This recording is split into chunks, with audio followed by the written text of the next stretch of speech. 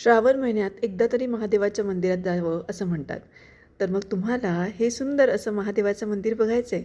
आता मंदिर आतून बघूयात. इतकी छान सुंदर रांगोळी काढली होती मंदिरामध्ये आणि मंदिर बघा किती छान सजवलं आहे की नाही. तर या श्रावण महिन्यामध्ये मी तुम्हाला निसर्गरम्य अशा एका सुंदर ठिकाणी घेऊन जाते आहे, जिकडे असा खूप छान मस्त धबधबा, वॉटरफॉल, निसर्गाची हिरवाई आणि काय काय नाही बघायला मिळणार आहे. चला तर मग निघूयात. तर अशाच एका श्रावण सोमवारी आम्ही निघालेलो आहोत कोंडेश्वर महादेव या पुण्याजवळ असलेल्या तर आमच्या प्रवासाची सुरुवात झाली दुपारी साधारण 3-3:30 वाजता. आम्ही PCMC एरियामध्ये निघालो होतो आणि या रोडवर आल्याच्या नंतर तुमच्या लक्षात आलेलंच असेल की आम्ही कुठून चाललोय. आपल्या सगळ्यांचा लाडका आणि आपल्या PCMC एरियामधला सगळ्यात फेमस असा हा तांब्याचा गणपती बाप्पा. आता तुमच्या लक्षात आलं असेल आपण कुठे आहोत. तर टोल नाक्यावरून टोल क्रॉस करून जाताना आम्ही बाप्पाचं छान दर्शन घेतलं आणि तिथून पुढे आम्ही निघालो. खूप सुंदर वातावरण होतं. पाऊस येऊन गेला होता नुकताच आणि अधूनमधून तर बऱ्याचदा पाऊस लागला होता. तुम्ही पण दर्शन करून घ्या बाप्पाचं. आणि अशा छान निसर्गरम्य वातावरणामध्ये आम्ही निघालो आहोत जांभवली या गावी. खरंच खूप सुंदर, खूप छान गाव आहे. अगदी हिरवंगार गाव आहे.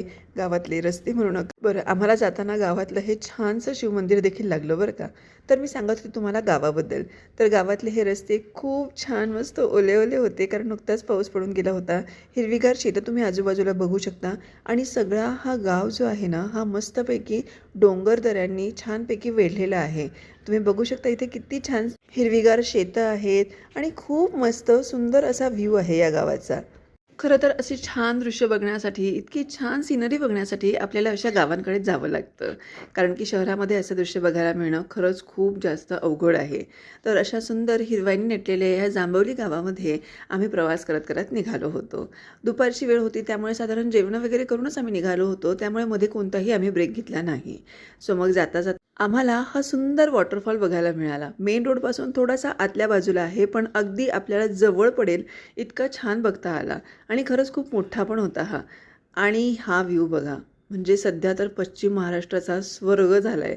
या ट्रिपमधून वापस येताना आम्ही या सगळ्या जागेला जन्नत असं नाव दिलं आहे. आणि का ते तुम्हाला ह्या सगळ्या व्ह्यूवरून कळेलच. तुम्ही बघू शकता इतके सुंदर डोंगर आहेत, त्याच्यावरती ही छान अशी खाली आलेली आभाळं आणि त्याच्यावरून अजून सोने पे सुहागा म्हणजे हे सुंदर सुंदर वॉटरफॉल. म्हणजे सध्याचं आपलं जे काही वातावरण झालं ना आजूबाजूला, ते प्रचंड मनाला भावणार आहे. आणि असा निसर्गासोबत प्रवास करत करत आम्ही आता पोहोचलेलो आहोत जांभवली या गावामध्ये. आपण मंदिराच्या जवळच पोहोचतोय. तिकडे आजूबाजूला तुम्हाला अशी पूजेची दुकानं पण दिसतील. Stay tune for next vlog.